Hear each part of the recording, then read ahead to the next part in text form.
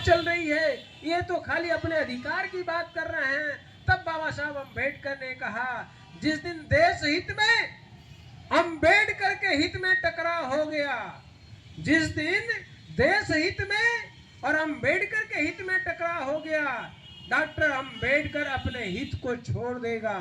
लेकिन जिस दिन देश हित और हमारे समाज, वंचित समाज के हित में टकराव हो गया, तो अम्बेडकर देश हित को छोड़ करके अपने समाज के हित को सर्वोपरि मानेगा और उसके लिए अपने जीवन की बाजी लगा देगा।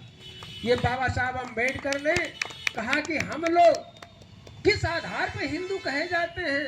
तब बाबा साहब अम्बेडकर की मानते हुए लोथियन कमेटी आई, साइमन कमीशन आया। साइमन कमीशन ने सारी लोगों ने रिपोर्ट दिया कि भारत में अछूत अस्पृश्य दलित को हिंदू तो कहते हैं लोग, लेकिन ये हिंदुओं से अलग हैं। हिंदुओं से अलग मानते हुए, क्योंकि हम लोगों को आपके 17 अगस्त 1932 को कम्युनल अवार्ड मिला।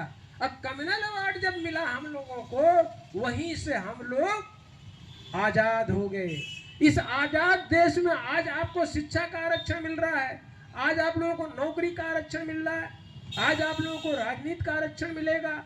तो आप लोगों को ये जानना पड़ेगा, आपको आरक्षण का अधिकार भारतवर्ष से नहीं मिला। बाबा साहब अम्बेडकर ने यह अधिकार 17 अगस्त 1932 को कम्युनल अवार्ड के माध्यम से मिला।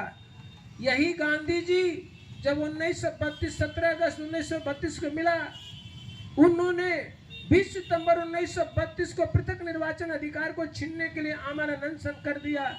और आप लोगों को मालूम है कि बाबा साहब अम्बेडकर ने गांधी की जान बचाई, और गांधी की जान बचाने के एवज में बाबा साहब अम्बेडकर को पृथक निर्वाचन का अधिकार छोड़ना पड़ा। मतलब हम लोगों को दोहरा मताधिकार था, दोहरा मताधिकार छोड़ना पड़ा। और जो अब दोहरा मताधिकार का मतलब कि पृथक निर्वाचन अधिकार।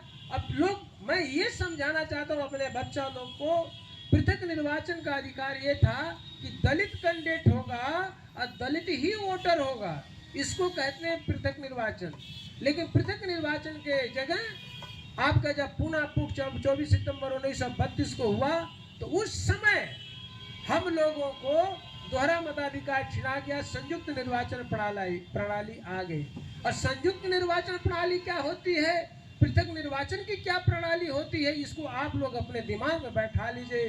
पृथक निर्वाचन का मतलब दलित कैंडिडेट होगा, दलित ही वोटर होगा, और आपके संयुक्त निर्वाचन में दलित कैंडिडेट तो होगा, लेकिन संयुक्त निर्वाचन उसमें ठाकुर, ब्राह्मण, लाला, कोरी, कुशवाहा सभी लोग वोट देंगे, उसको कहते हैं संयुक्त निर्वाचन। तो ये गांधी जी ने छीना।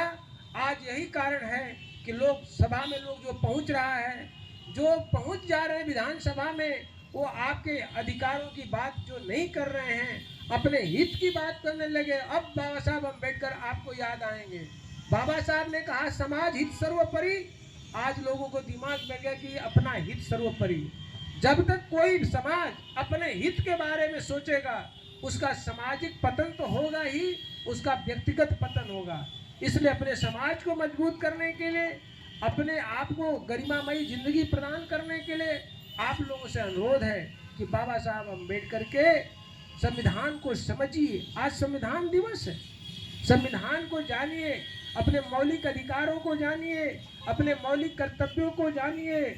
आप लोग ये जब जान जाएंगे अधिकार का, ये पूर्णतः आपको बुद्धिज्म से लिया गया है, जो बौद्ध धर्म का समता, सुनता, न्याय, बंधुत्व है, उससे लिया गया है, जिससे कि आज हम लोग इस अच्छे से जीवन को जी रहे हैं। तो आज के दिन टुकड़े टुकड़े में बातचीत को रखने का है।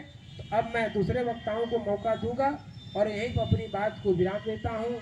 आप सबको नमो बुद्धाय, जय भीम। हमारे बीच में अनुप श्रमिक साहब आ चुके